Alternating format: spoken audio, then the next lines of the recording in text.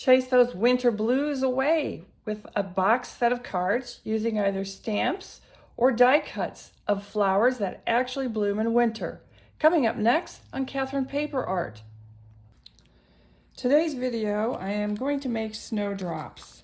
They are one of the first, if not the first, flower to bloom here in New England anyway.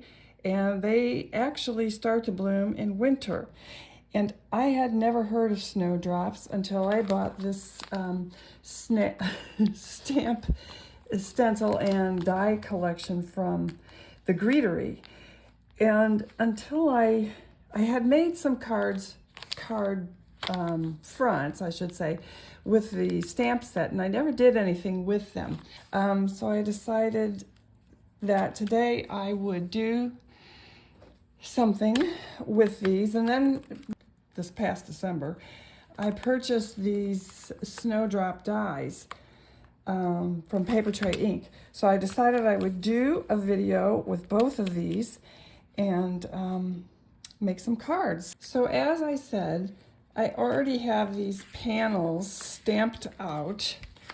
So I cut them down to size, and the only thing that I've done to them is I die cut a mask from the Gina K Masking Magic to cover over the flowers and splatter some snow and a little bit of black dots. The black, unfortunately, is more robust than the snow. I wanted it to look like snow, so that's why I chose these.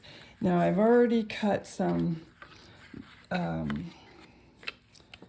paper down behind it to give it a little bit of a matted, not a matted layer, but just a pop-up layer to give it some lift. And so I'll just be mounting those. But Paper Tray Ink, I will need to die cut some of those. So I'll do that off screen and be right back. Okay, I'm ready to do some inking, and I'm using the Pink Fresh Key Lime and Sage, a combination of both, to try to give it some depth. And I'm going to do this mostly off screen. Actually, I'm going to do all of it off screen. The flowers don't get inked because they're white, but I do use some pencil details just to help give it some depth.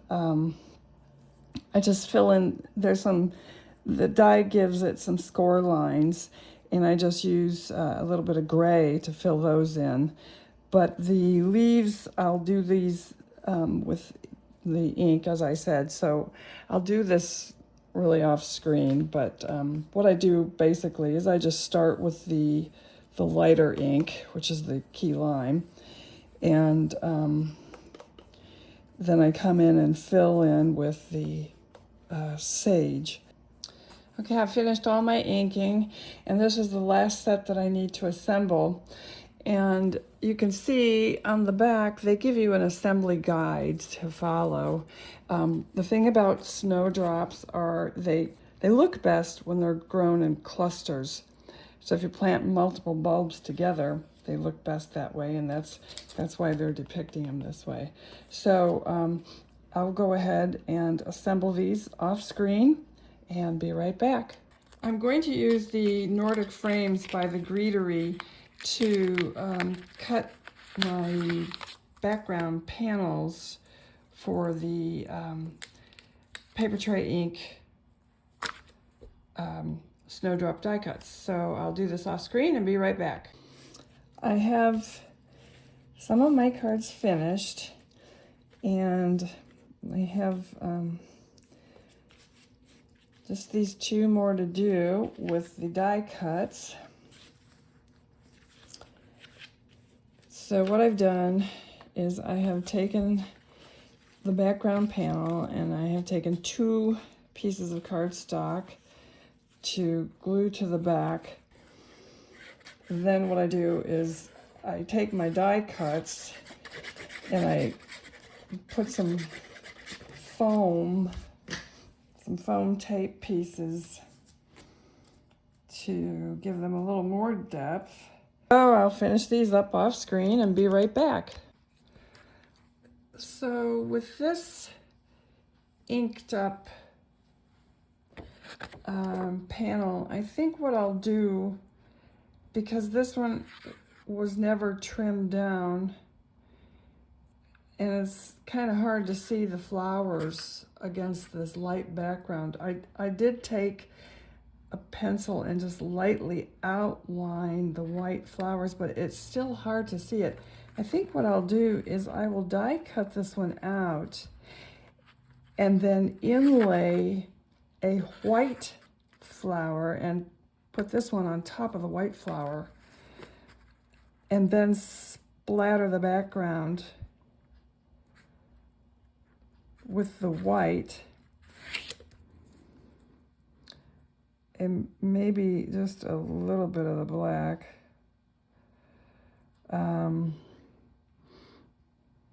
And see how that goes. Okay, these are my finished cards using the paper tray ink die cuts. And they are all pretty much essentially the same. And they all really depict various stages of winter. That's how I see it. That's how I intended it.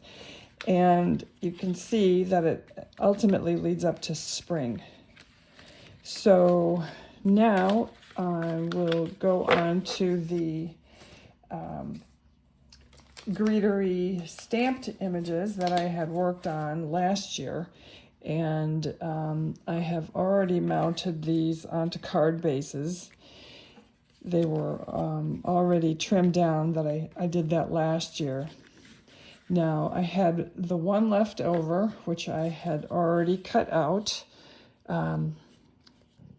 using the die cut and raised it up. And I like this. I like this better than the flat image. And unfortunately, as I said, these were already trimmed down. I did that last year. This one I hadn't done, so I was able to experiment a little more with this one.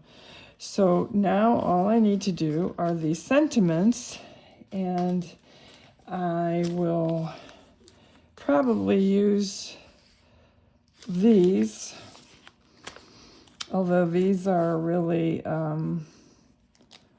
springtime sentiments, and we are still more than 2 months away from spring. So I will, I'll see what else I have in terms of sentiments. So I'll be right back. I went through my sentiments and I realized I didn't really have anything that I liked, so I created my own. And it simply says, snowdrops bloom in winter, spring is on the way. So I will go ahead and do the stamped cards next. Okay, here are the stamped cards with their sentiments and embellishments. And I realized after I did the die cut cards that I had the sentiments spelled wrong, so they are corrected on the stamped cards. I don't know that it really matters. So I did say that these would be boxed sets, and one option is to use a clear box, and I purchased these from Tailored Expressions, and they were inexpensive. I think they were the most inexpensive from Tailored Expressions versus Amazon or Spellbinders, and they fit, you know, a set of 4 fits. Of course, I don't have the envelopes there. But then the other option is to make a box, and I will go get the supplies for that and be right back. So I did make 2 boxes, and I used the greetery die set called Stationery Box. And I did put envelopes in here as well, and it does hold a whole set, 4 cards with the die cuts do provide a loft, so you could, if you had just flat cards, you could get 6 in here with the envelopes. Otherwise, my envelopes are a little warped. That's the end of the box, so I need to get more. But I did make these boxes, and they also will hold these. And I actually prefer the homemade box over the acrylic box. But make the boxes look any way you want. And anyway, that is the video. I hope you enjoyed watching this and learning from it. And if you have any questions, you can post them in the comments. So thank you for watching. And please hit the like button if you like the video. And if you haven't subscribed, please do so. Thank you for watching.